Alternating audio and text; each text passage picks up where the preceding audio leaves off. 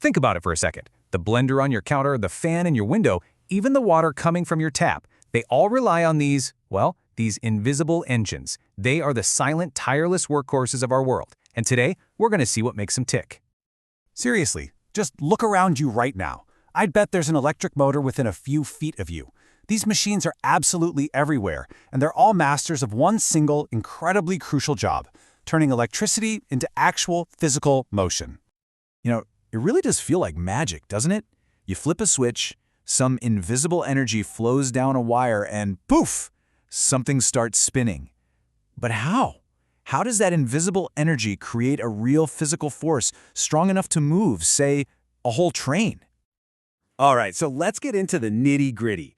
The whole secret, the magic trick behind it all. It boils down to this fundamental partnership in physics, the incredible relationship between electricity and magnetism. They're basically two sides of the very same coin. And this relationship is a total two-way street. You can use motion, like spinning a turbine, to make electricity. We call that a generator. But today, we're flipping that around. We're focused on what's called motor action, using electricity to create motion. Okay, so if you remember just one thing from all of this, make it this sentence. Ready?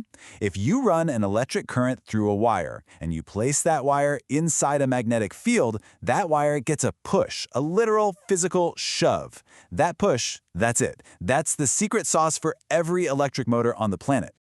So, a simple push is great, but how do you turn that into useful, continuous spinning? Well, for that, a motor needs two key components. You can kind of think of them as the stage and the dancer. So, let's meet them. And here they are. On the left, you've got the stator. The name gives it away, right? It's the part that stays stationary. Its job is to create that all-important magnetic field. And on the right, we have the rotor. Its job is to, rotate. It's the part that's free to spin, catching that push from the magnetic field. Now, the most common type of rotor out there is this one, and it's just beautifully simple.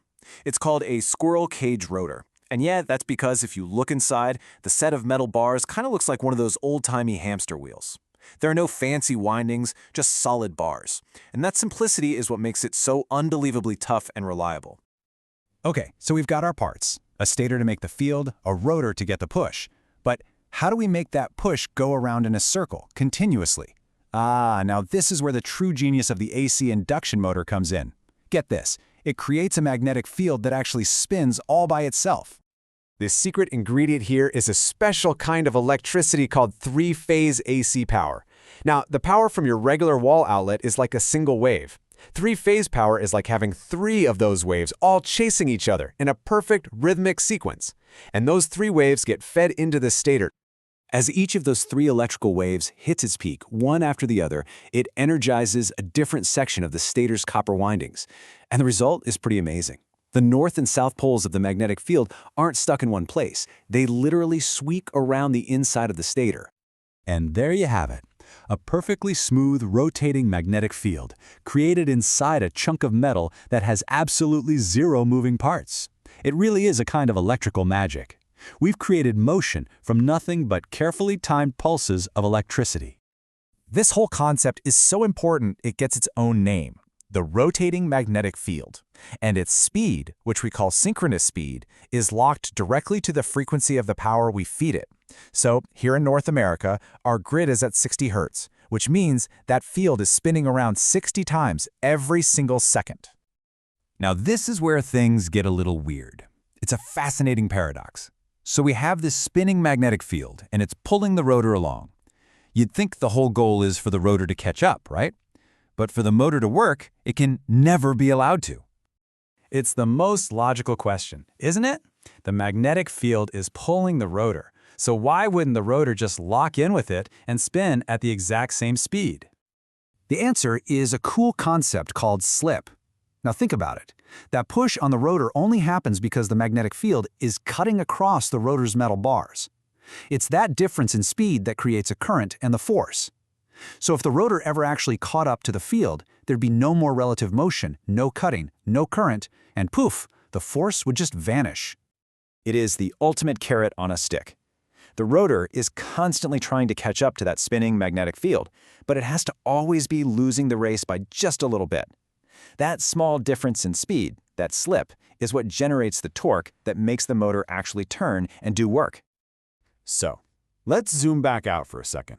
This incredibly elegant principle, creating a rotating field that a simple metal cage chases but can never, ever catch.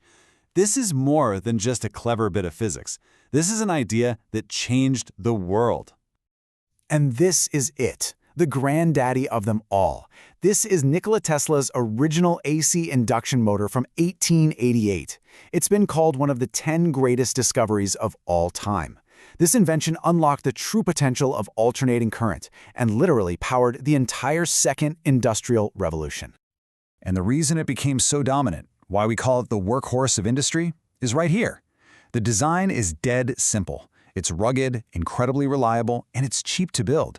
It requires almost no maintenance, and it runs at a nearly constant speed. For industry, it was, and is, the perfect engine. For over 100 years, this simple, brilliant machine has been the invisible force behind our modern world. And its story isn't over. That same basic principle is at the heart of so many electric vehicles today, proving its design is just as relevant now as it was in 1888. So this simple machine powered the 20th century. What's it going to power next?